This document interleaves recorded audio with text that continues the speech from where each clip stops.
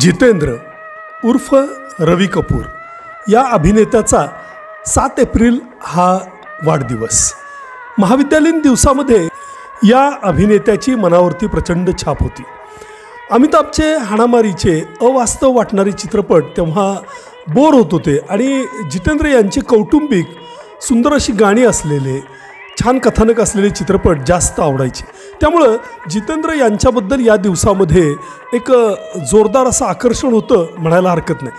त्यांचे चित्रपट मुद्दामहून शोधून बघणं, त्या चित्रपटांचं कथानक मित्रांना सांगणं, जितेंद्रचं कौतुक करणं हे महाविद्यालयीन दिवसातले उद्योग. जितेंद्र यांच्या कपड्यांचीही छाप मनावरती प्रचंड होती. म्हणजे वेगवेगळे रंगीबेरंगी असे तुकडे जोडून केल्यासारखे शर्ट वगैरे असायचे आणि ते त्या वातावरणाला एकंदर छान वाटायचे.